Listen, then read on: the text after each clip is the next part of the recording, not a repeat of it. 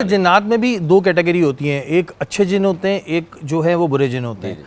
अगर कोई बुरे जिन किसी के ऊपर कोई असर कर देता है तो फिर उसका इलाज क्या है? देखिए, सबसे पहली बात सूरह मुआवज़तैन जो आप दो सूरतें हैं हमारी, यानी कुल औज़ु बिल फलक, कुल औज़ु बिन नास, इनका आप विर्द जारी रखें, इससे आपके असरात दाखिल होते हैं। फिर आयतुल कुर्सी है सबसे बड़ी बात, और सबसे बड़ी बात जब भी बाहर निकलें तो ये हदीस में हुज़ूर अकरम सल्लल्लाहु अलैहि वसल्लम की हदीस है कि ये दुआ पढ़ लें तो आप पर जिन्नात या असरात हावी नहीं होंगे या आपको नागहानी आफत नहीं आएगी। वो है बिस्मिल्लाहिल्लज़ी ला यदुर्रु मा इस्मी शैउन फिल अर्दी वला फिस समाई व हुवस समीउन अलीम।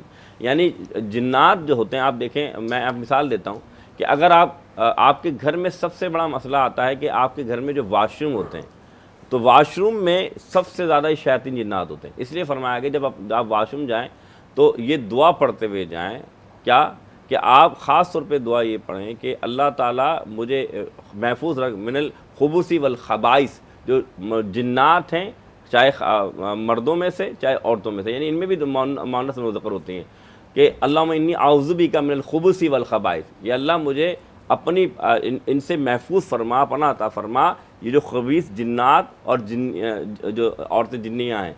तो अब यहाँ मालूम हुआ कि जिन्नात का जो असर रसूख है वो हर घर में होता है, लेकिन उसके कैटेगरी के ये बात तो अथेंटिक है कि बैतुल खला में जिन्नातों की हुजूर की हदीस है और ये दुआ भी है। तो अब हमें क्या करना चाहिए कि जब भी हम जाएं तो ये काम करें। फिर दूसरी बात मैं बताऊँ, ये असरात कब हाइल होते हैं या कब हावी होते हैं?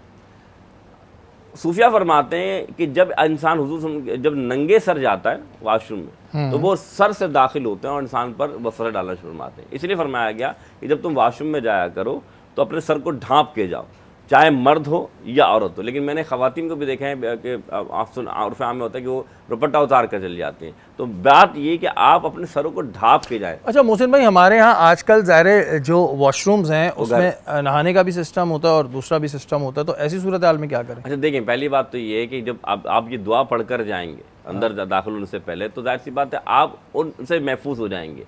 और दूसरी बात ये है कि ये बात बिल्कुल ठीक कह रहे हैं कि एक ही वॉशरूम है, तो उसमें हुक्म भी यही है कि आप जाने से पहले सबसे पहले बिस्मिल्लाह पढ़ें और फिर ये दुआ पढ़ें, ताकि आपको वो असरात वो ना तंग ना करें।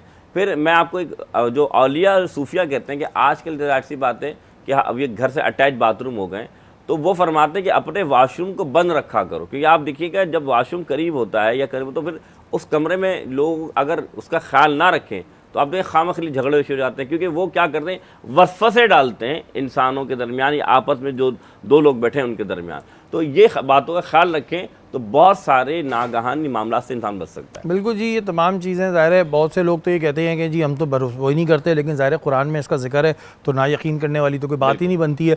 और फिर ये छोटी छोटी चीज़ें होती हैं कि जिनका ख्याल रखना चाहिए, तो हम बहुत सारी परेशानियों से बच सकते हैं।